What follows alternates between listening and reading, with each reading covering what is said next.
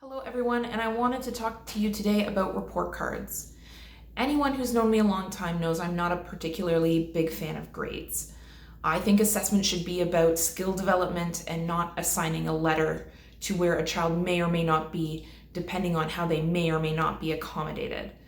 But I wanted to talk about report cards because as much as report cards matter to parents, and I know that they do, I know that you really feel like you need that snapshot of where your child is performing, because this year, especially more than any other year, it's been a little bit of a mystery of how a student is doing.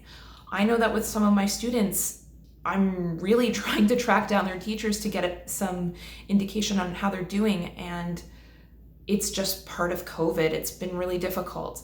And so the report card this year, more than other years, might feel like an anchor to you. I find that when we're talking about students with learning disabilities and ADHD, that all a report card generally tells us is that the child has a learning disability and ADHD. The marks and the comments reflect their diagnosis and reflect what we already know about them. But the problem remains, as much as you think that report card matters to you, it matters to your child so much more.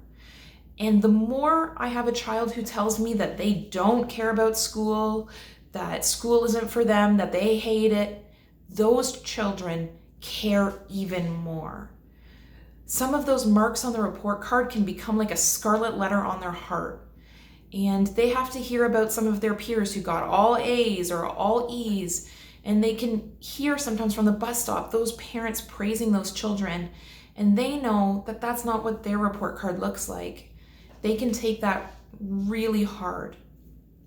So if that might be your child, if you know that your child is struggling and you've been working on it and your child is making gains, but they're not there yet, what I tell those parents to do is to take their report card and tell their child that they don't need to look at it, that they're already proud of their child.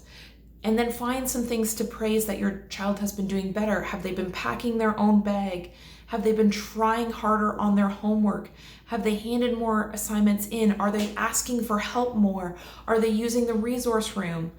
Those are really important things that are deserving of praise. So what I suggest on the night the report card comes home is praise those things and then do something to celebrate those things.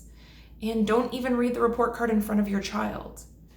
When you're alone that night and your child is in bed, read the report card, but read it just for the purpose of starting a real and full conversation with their teacher. Don't take the marks to heart. We want students who are continually trying and striving. And that's hard for kids who have a learning disability or ADHD. It's really hard for them because they have to work hard sometimes for not a great mark. So as I'm going to say in a lot of videos this year, because I think it's so important, find those things to praise so that they continue really trying hard at school. It's hard to keep trying if your marks aren't great. So if at home the message is we praise effort and not necessarily the result, then that report card doesn't have to hit them so hard. They will go to school the next day and people will ask them about their marks. It might be helpful for you to preface a conversation with that, where they can say to their classmates, oh, I didn't even look at my report card, or my parents don't even care about the report card, or that's private, but you with your kid can work on what some acceptable responses will be. Children with learning disabilities should not feel shame because they're not there yet. They will get there.